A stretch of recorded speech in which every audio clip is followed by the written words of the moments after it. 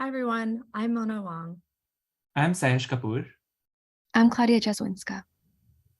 And today we'll be presenting our work studying the privacy and safety practices of labor organizers in the US tech industry. We collaborated on this paper with Matthew Sun and Elizabeth Watkins at Princeton University's Center for Information Technology Policy. First, let's talk about the motivation for the study. We are in a pivotal moment in time for labor in general. Recent media reports show that the US labor movement has been gaining popularity despite record low union membership. In the middle of this labor resurgence, COVID-19 happened, causing a series of economic shocks and layoffs, including at our home institution. These shocks also highlighted the need for labor power across the country. And in the midst of the increasing popularity of white-collar organizing, COVID-19 also pushed these workplaces remote, online, and into the realm of the digital, into the realm of data oligarchs and digital surveillance. As recently reported, workplace surveillance via productivity tracking is becoming completely normalized in today's digital workplaces. How does that square with the ongoing wave of worker organizing?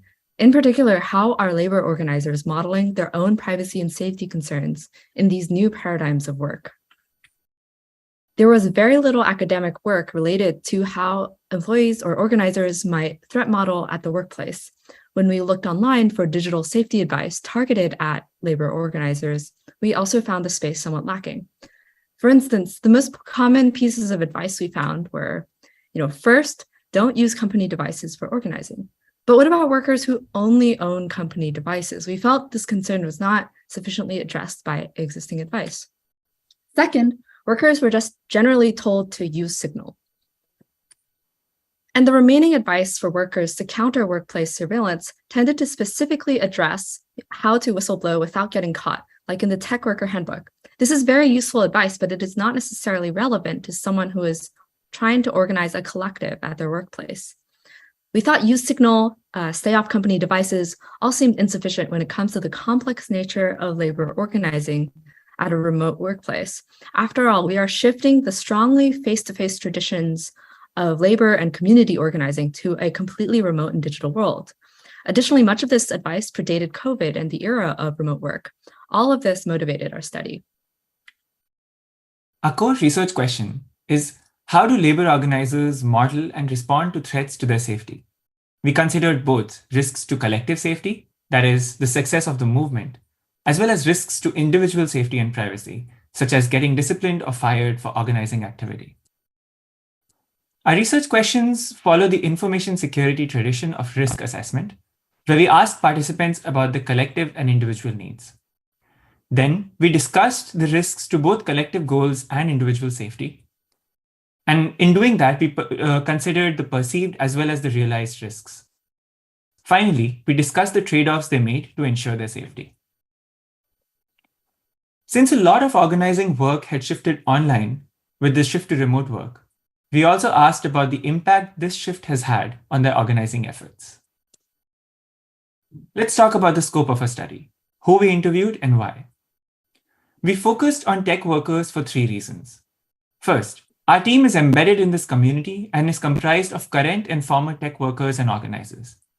This made us familiar with the process and context of organizing in the tech industry, which in turn allowed us to be cognizant of workers' pain points while minimizing risks to their safety while conducting the study.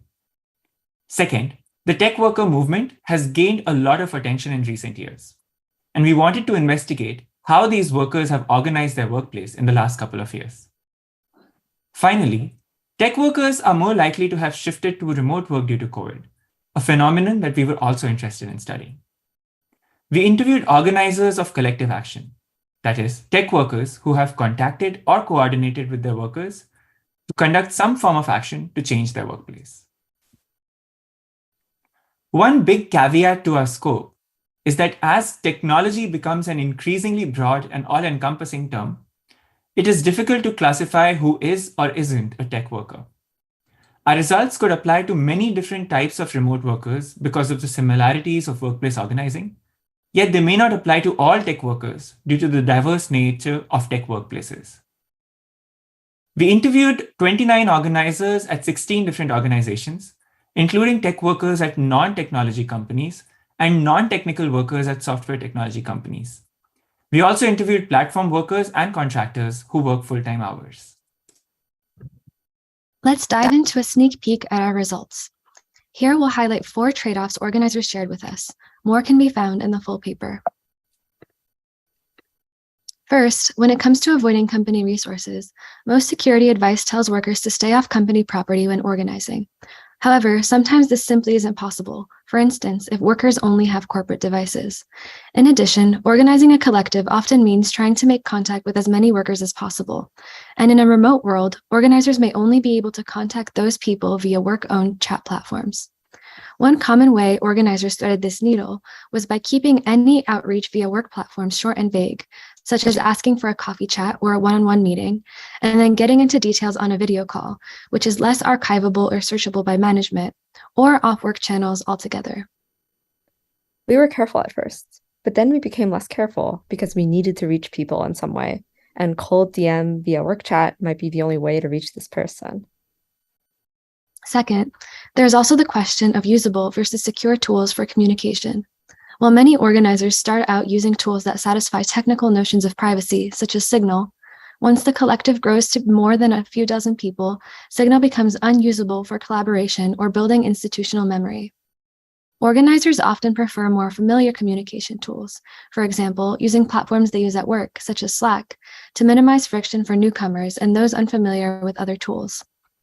One participant related, "I've been in too many organizations that trade security concerns for usability. My focus is much more towards making sure people can be a part of the organization over theoretical security concerns." A third trade-off that organizers made when building a collective was to weigh the value of transparency against the risk of leaking information to management. One organizer related that being fully transparent with colleagues was critical for their collective to build a culture of trust and respect. Meanwhile, another in a different organizing context related that they did not feel comfortable sharing access to particular documents with individuals who were not heavily involved with the effort because they did not want to risk retaliation from management. I get that the more transparent you are, the more vulnerable you are. But we push for transparency because people trust it more. And what we are doing is trying to foster an organization of trust. Yeah, but I wouldn't let anyone who hadn't shown support access those documents. I wanted those to be available to more people, but also didn't want to risk you getting out. In general, the responses of organizers and the types of collectives they built were dependent on the specific cultural context of the workplace and the individuals they comprised. Finally, a fourth trade-off concerned remote work. Though remote work has made organizing possible in various ways to different people, it also made core emotional labor of organizing much more difficult. Emotional and physical burnout was common across the board among organizers we interviewed, so a large focus of veteran organizers was to put in place policies to proactively mitigate the additional emotional burnout of remote work at a constantly online workplace. For more details, takeaways, and results, you can read the full paper at this link.